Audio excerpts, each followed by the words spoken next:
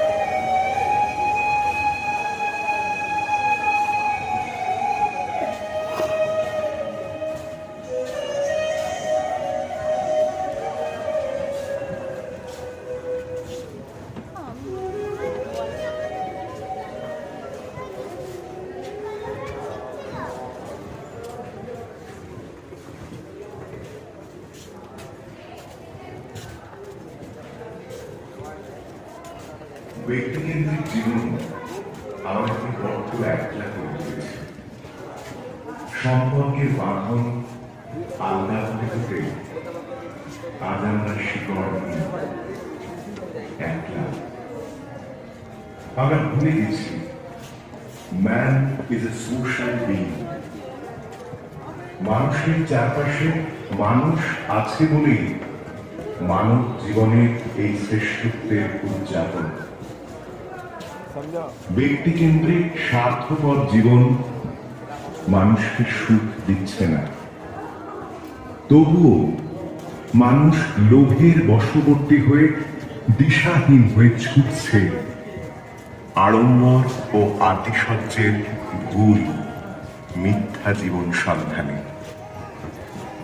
তাই তো ভিন দেশে চাকরিরত ছেলেটা বারবার খুঁজে চলেছে মায়ের সেই ডাক, সেই কণ্ঠস্বর। খোকা, খুব খিদে পেয়েছে তো? হাত পা ধুয়ে চলে আয়, খেতে দিয়েছি। আমি খাইনি এখনো, তুই আর আমি একসঙ্গে খাবো। আয় খোকা, তাড়াতাড়ি আয়।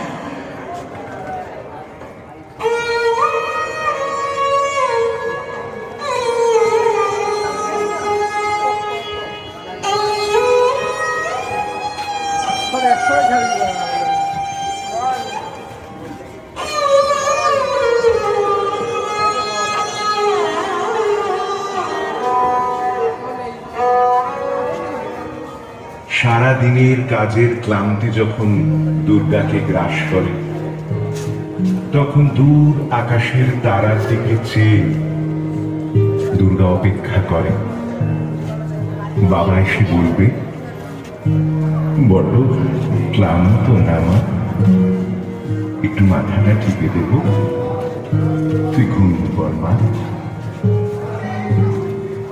দত্তদের পুকুরের দক্ষিণের কদম গাছটার নিচে আজও সাজু রূপাইয়ের জন্য অপেক্ষা করে।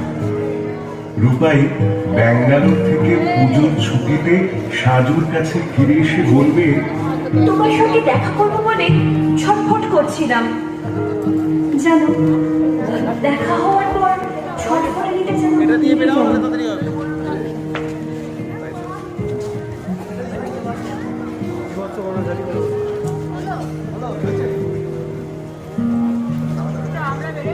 আমাদের বাংলা পড়াতেন অমর স্যার, অগাধ পাণ্ডিত্য, অপরাণ স্নেহ করতেন আমাদের।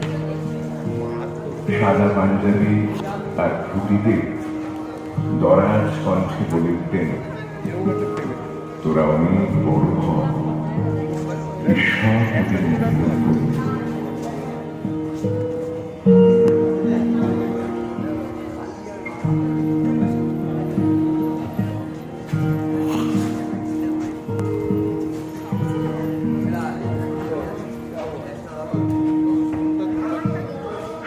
শৈশব জীবনের সব থেকে মিষ্টি সময়। আমরা সারা জীবন এসো কৃষ্ণেন্দু, তাড়াতাড়ি এসো।